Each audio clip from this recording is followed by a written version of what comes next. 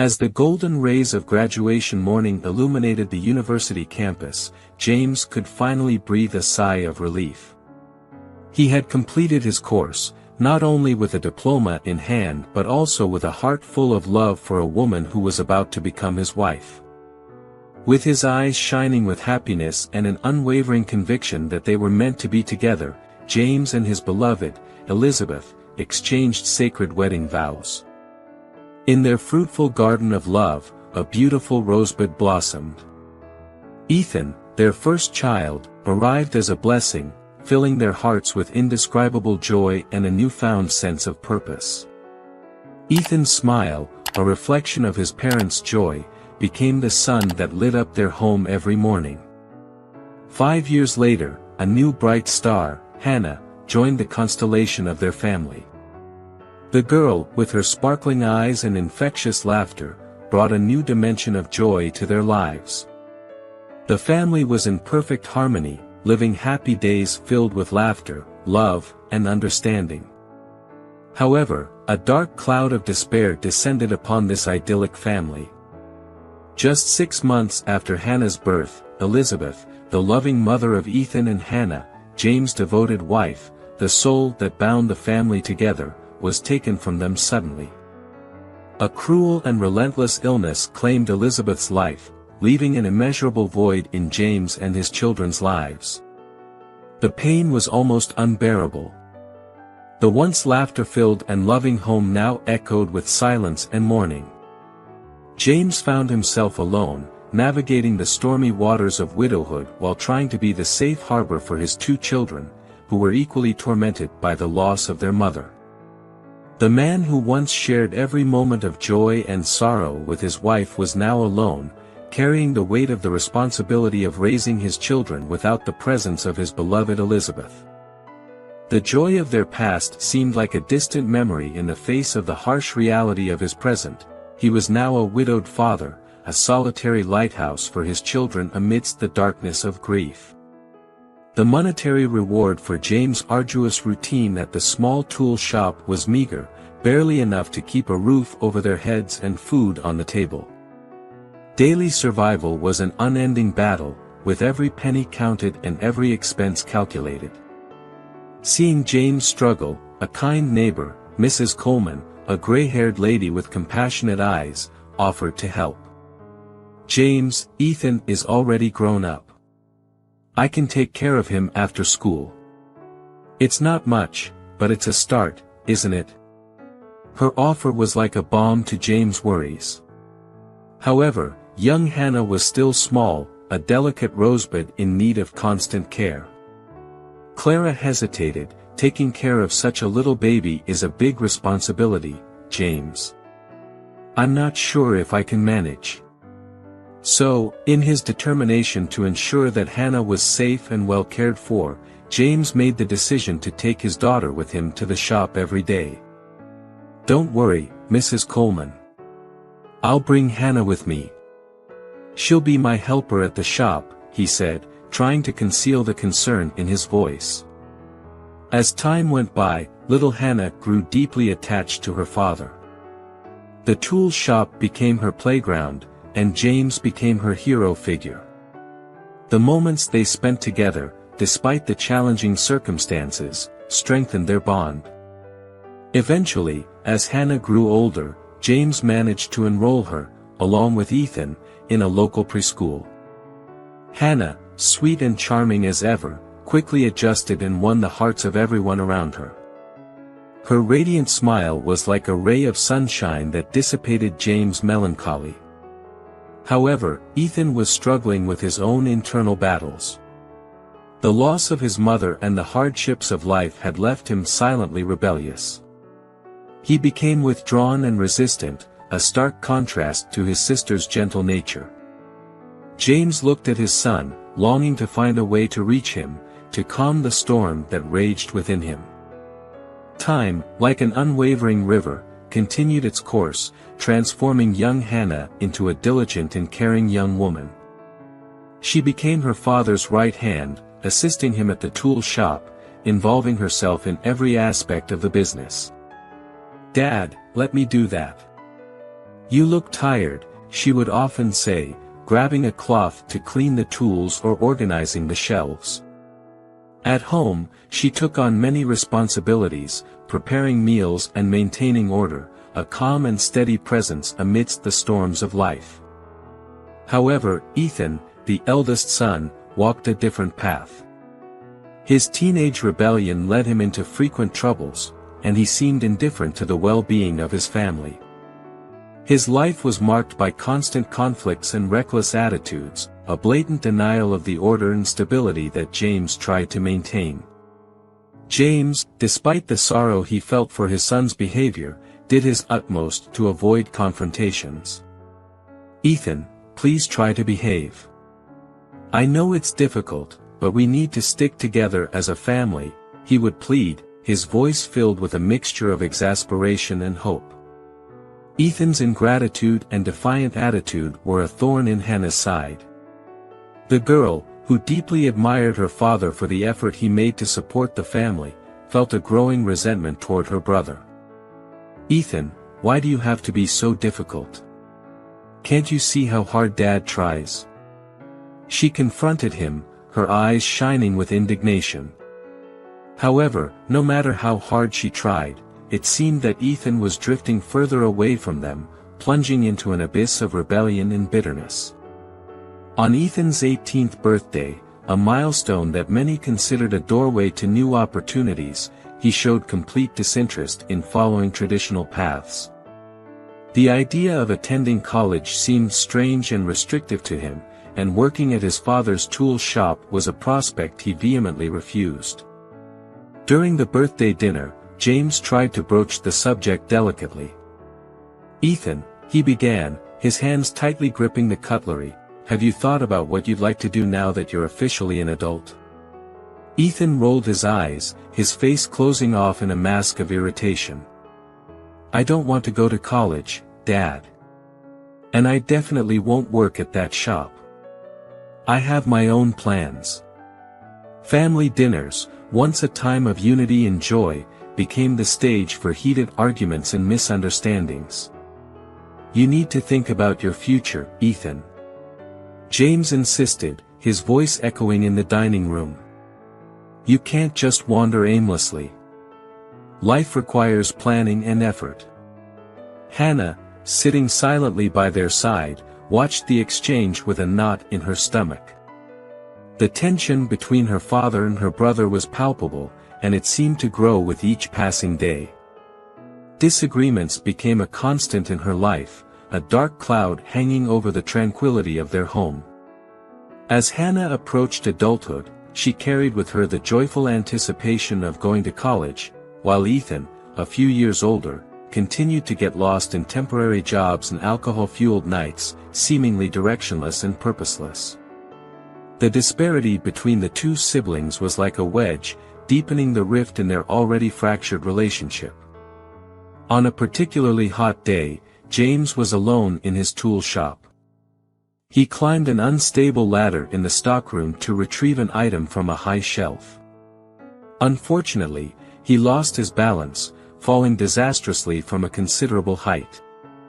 The impact was devastating, resulting in a spinal injury that left James incapacitated and in intense agony. Hannah received the news as she was preparing for a final exam, and her student's joy was instantly replaced by suffocating panic. She rushed to the hospital, finding her pale and pain-stricken father awaiting emergency surgery. With a heavy heart, she picked up the phone and called Ethan. "Ethan, it's Dad. He fell in the shop, injured his spine.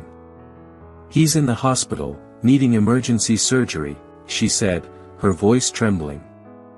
On the other end of the line, Ethan responded with indifference. "I'm working, Hannah.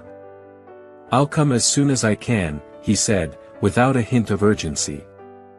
However, when Ethan finally showed up, it was only the next day. And to Hannah's dismay, he was visibly drunk. Their argument was intense and filled with accusations. Hannah, in tears, confronted her brother. "You don't care, do you? Dad is there in a hospital bed, and You don't care." Ethan, unable to handle the accusation, simply turned his back and left, leaving Hannah alone in her pain and worry. James' recovery would be a grueling and tortuous path. Doctors predicted he would remain bedridden for a long period, unable to take on the daily responsibilities of his tool shop. Meanwhile, Ethan remained disinterested in the family business, and Hannah was about to embark on her college journey. To make matters worse, the hospital bills were rapidly piling up, becoming an additional source of stress for the already burdened family. James, anguished, made the painful decision to sell his beloved business, as he was no longer able to manage it. "I never wanted this to happen, Hannah," James said, his voice choked with emotion.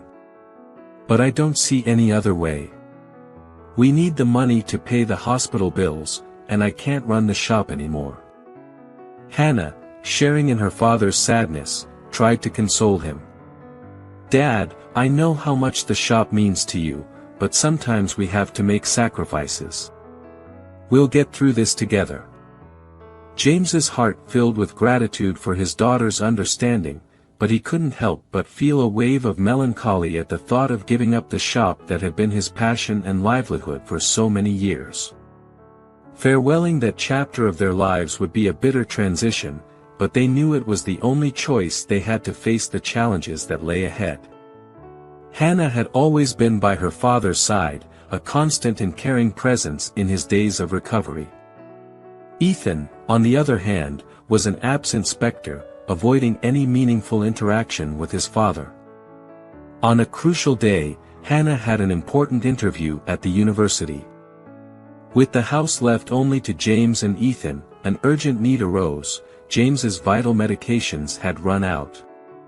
Anticipating Ethan's negative reaction, James had no choice but to ask his son to go to the pharmacy. "Ethan," he began, trying to keep his voice firm, "I need you to buy my medications. They need to be taken before lunch." Ethan scoffed, clearly irritated, but eventually agreed. "Fine, but I need the money." James instructed Ethan to retrieve the necessary money from his safe, handing him the key. With a scowling expression, Ethan left the house. However, Ethan's return was well past lunchtime. Hannah was already home, furious with her brother's delay, while James, despite his weakness, tried to stay calm. "Ethan, why did you take so long?" James asked, attempting to keep his voice neutral. "None of your business," Ethan replied, giving his father a hostile look. That attitude was too much for James to bear. "Ethan, why are you so resentful? Why do you hold so much anger toward me and your sister?" Ethan's response was like a sharp blade. "Because you always favored Hannah. You took her to work and left me with the neighbor. I was never good enough for you." James tried to explain, "Ethan, I was desperate back then. It was the best I could do." But Ethan didn't want to listen. Fury had consumed him. When Hannah tried to intervene in the argument, Ethan stormed out of the house in a fit of rage, leaving behind a trail of hurt and resentment. And this time, he didn't come back. It was late when James, with Hannah's help, sat in front of the computer to pay a bill. He indicated to Hannah where the key to the safe was and asked her to retrieve the necessary money. Hannah returned to the room, holding the key, her face pale. "Dad," she said, her voice trembling. "The safe is empty." James stared at her, stunned. "What? Empty? How can that be? All the money, everything we received from selling the shop, it's gone." As if it were a physical blow, reality hit James. His gaze fixed on something distant as he pondered the implications. That money was the family's lifeline. It was meant to pay the bills, the physical therapy sessions, the medications he needed, and now it was all lost. "I'll call the police," Hannah declared, grabbing the phone, fierce anger in her eyes.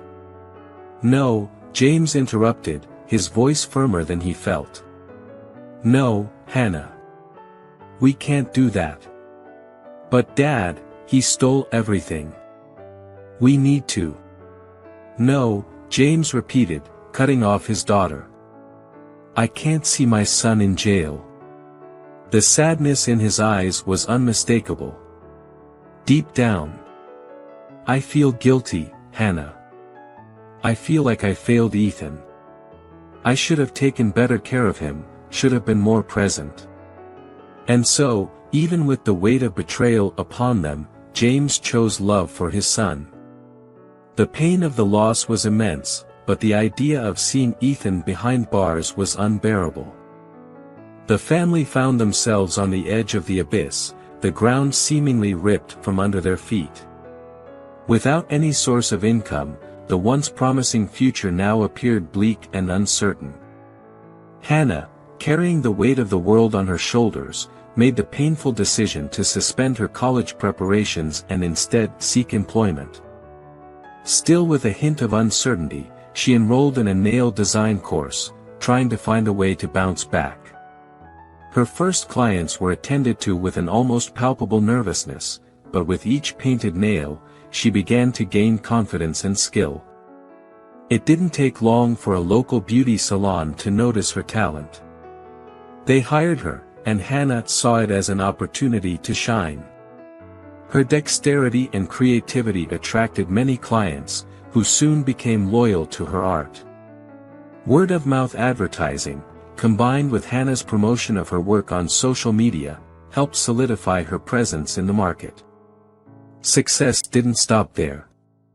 The buzz around her work grew so much that invitations to teach courses and give lectures started pouring in. She grabbed these opportunities and, with the money she was earning, decided to open her own beauty salon. The business flourished and prospered. During this time, James was undergoing physical therapy, slowly recovering from the accident. Seeing his daughter's success, he felt inspired and motivated to reclaim his life. By a stroke of luck, they discovered that the man who had bought James's tool shop was not doing well in business and decided to sell the store. Hannah, now having financial resources, decided to help her father repurchase the shop that had once been his pride and joy. James, with a wide smile and eyes shining with gratitude and determination, embraced his daughter, ready to face the new chapter of their lives. 5 years had passed since Ethan's tumultuous departure, taking all of the family's money with him. On this day, James went out to carry out some banking transactions, a routine task that didn't cause him any discomfort. However, as he passed by a beggar sitting on the sidewalk, a broken and familiar voice begged him for alms. A shiver ran down James's spine. That voice, it was unmistakable. With his heart pounding in his chest, he slowly turned to the beggar. The sight that greeted him made the ground feel like it was slipping from beneath his feet. Ethan, his son, was sitting there, unrecognizable. The youth and vigor that used to be so vibrant in him had vanished, replaced by alarming thinness and an unkempt beard. James's heart shattered, and tears began to flow freely. He knelt down and, disregarding the curious glances of passers-by, enveloped his son in a tight embrace. Ethan, with a hoarse and remorseful voice, asked his father for forgiveness. He told the story of how he had left home, determined to live life without interference from his father or sister. However, shortly after, he had a serious accident that resulted in the amputation of one of his legs. James felt a lump forming in his throat. He hadn't noticed Ethan's legs because they were covered by an old, worn-out blanket. Ethan continued, recounting how he had sought help among friends, but they all turned their backs on him. He hadn't reached out to his family because he was filled with shame for what he had done. Listening to Ethan's story, James felt a wave of sadness and despair wash over him. But he knew it was time to help his son, regardless of the mistakes he had made. With eyes filled with tears and a heart overflowing with emotion, James looked at his son and said, "Ethan, come with me. You need a place to stay, and this cold street is no place for you. Come home." His voice was a whisper, but it carried unwavering determination. What would you do in James's position in this situation? Share your opinion in the comments. However, upon arriving home, the reception was not as welcoming. Upon seeing Ethan, his sister, Hannah, exploded in anger. "How dare you bring him back, Dad? He stole from us, left us in misery. And now you bring him back as if nothing happened." The words spat out of her mouth like flames, anger making her face turn red. Ethan's physical condition, with a leg amputated, didn't seem to move her at all. Her anger was directed at the betrayal her brother had committed against the family. James, keeping calm amidst the hurricane of emotions, looked at his daughter and then at his son. "Hannah, I understand your anger. But he is our blood, and he needs help," he tried to argue, but his daughter remained adamant. Aware that he would need time to convince Hannah, James made a decision. He turned to Ethan and said, "Ethan, I know it's not ideal, but I think it's best for you to stay in a hotel for a few days. Here," and, taking out his wallet, he handed Ethan some notes. "This should be enough for a few days. Meanwhile, I will talk to Hannah. Let's try to resolve this in the best way possible." Despite the tension of the moment, James held on to hope that, with time, the family could heal and come together again. With the dawn of a new day, James, carrying a mix of hope and apprehension, made his way to the hotel where he had left Ethan the night before. However, upon arriving at the reception, he was informed that his son had never checked in. "I'm sorry, sir, but we have no guest named Ethan," said the receptionist, flipping through the registration book. Desolate, James returned home, his heart heavy and his thoughts in turmoil. As he entered the house, he was confronted by Hannah, whose eyes sparkled with indignation. "So, Dad, was Ethan at the hotel?" she asked, already knowing the answer. James shook his head, deep sadness etched on his face. "He was never there, Hannah," he confessed, his voice choked. "I knew it." Hannah exploded, her words piercing like knives. "Even with one leg, he still hasn't learned. I bet he took your money and went straight to the nearest bar. You need to forget about him, Dad. He's a lost cause." James's heart clenched at his daughter's harsh words. He knew Hannah's anger stemmed from the pain of Ethan's betrayal, but still, the bitterness in her voice was hard to bear. "He is still my son, Hannah," James whispered softly as he retreated to his room, sadness embedded in each step. Over the next 3 years, the family adjusted to their new reality. The business thrived, and life, despite all its challenges, carried on. However, for James, there was always a palpable void, a missing piece in his life, the absence of his son. One day, a sealed envelope addressed to them appeared in their mailbox. Inside, there was an invitation. They were to visit Ethan. The words were written in a formal, almost cold manner, and the lack of details left James and Hannah apprehensive. The tone of the text was so grave that they immediately presumed Ethan was in trouble, perhaps injured and on the brink of death in some distant hospital. With heavy hearts and minds filled with fear, they hurried to the provided address. However, instead of a hospital, they found an upscale restaurant. The elegance of the place, with its sophisticated decor and the soft hum of civilized conversation, seemed completely disconnected from the scenario they had imagined. Confused and slightly bewildered, they approached the maitre d', who greeted them with a warm smile. "Mr. James, Miss Hannah," he said, "we have a table reserved for you." He made a graceful gesture towards the main dining area of the restaurant, indicating they should follow him. The strangeness of the situation was palpable. They exchanged looks of bewilderment but, with no other option, they followed the maitre d' to the designated table, with no idea what to expect next.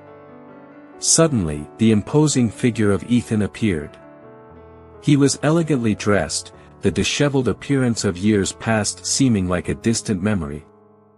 Now, he moved with the help of a modern prosthetic leg in place of the amputated one. James and Hannah stared at him wide-eyed, a mix of surprise and confusion evident on their faces. Realizing their perplexity, Ethan began to explain before they could even formulate their questions. "On the day Dad dropped me off," he began, "I realized Hannah was right. I needed to do something to regain your trust." He then recounted the story of how he took the money James gave him for the hotel and instead decided to find shelter in a humbler place. With the saved money, he got a haircut, bought presentable clothes, and began his search for a job. Despite the disadvantage of his disability, he landed a job at a call center, which allowed him to sustain himself. However, Ethan wasn't satisfied. He wanted more, wanted to do more. He took the remaining money and enrolled in a programming course. The profession captivated him, and he dedicated himself to learning fervently, studying day and night. After a while, he secured an internship at a company that quickly recognized his talent and hired him. With the new job, he started earning a better salary, which enabled him to acquire better prosthetics. He excelled in his profession, and over time, his salary increased even more. Additionally, he began teaching programming courses, significantly expanding his income. As Ethan told his story, the countenances of James and Hannah transformed. The initial surprise gave way to silent admiration as they listened to the extraordinary turn their son's life had taken. Upon concluding his narrative, Ethan leaned forward to retrieve an aged leather briefcase that was next to his chair. With a serious and resolute gaze, he placed it on the table and opened it, revealing a considerable sum of money. "This is the exact amount I stole from our family," he said, pushing the briefcase towards his father. I'm so sorry for everything. For what I did. For what I caused. I would like to ask to be part of our family again, if you'll have me." Ethan's words were met with a heavy silence. Slowly, James and Hannah, tears in their eyes, nodded in agreement. They didn't need words to express what they felt in that moment. Father and sister rose from their seats and, together, embraced Ethan, forming a familial circle that had been broken for years. However, on that night filled with emotions and surprises, another twist was about to unfold. The painful memories were beginning to be replaced by a sense of forgiveness and reconciliation, but no one could predict what would happen next. Ethan looked towards the restaurant door and made a discreet gesture. A young woman entered, carrying an aura of tenderness and the unmistakable glow of motherhood. She was pregnant, and as she walked towards the table, her hands gently caressed her rounded belly.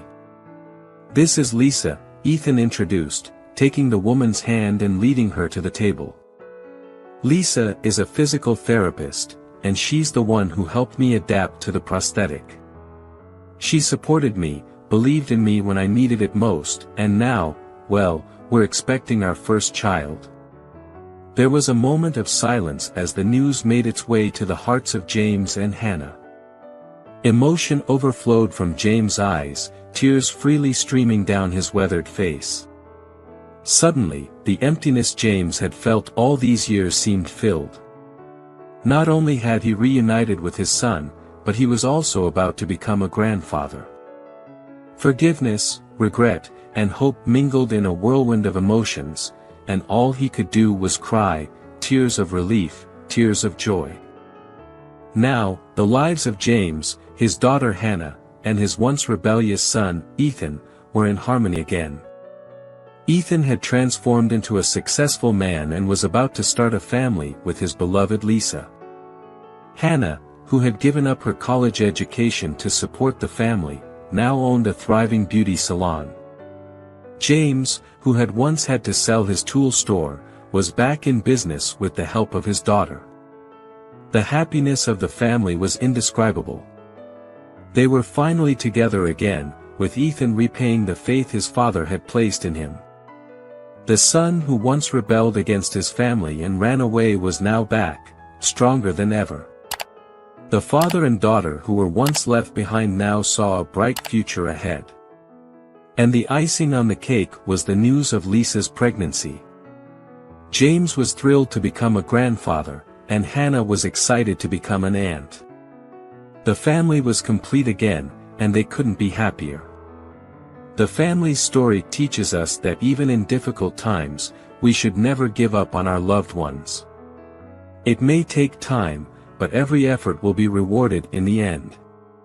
James' family went through numerous challenges, but in the end, they came together and emerged stronger than ever. Ethan's journey, from being a rebel to becoming a successful man, shows us that everyone deserves a second chance. He learned from his mistakes and did everything he could to make it up to his family. The story is a testimony to a father's unconditional love for his son and a daughter's determination to keep her family together.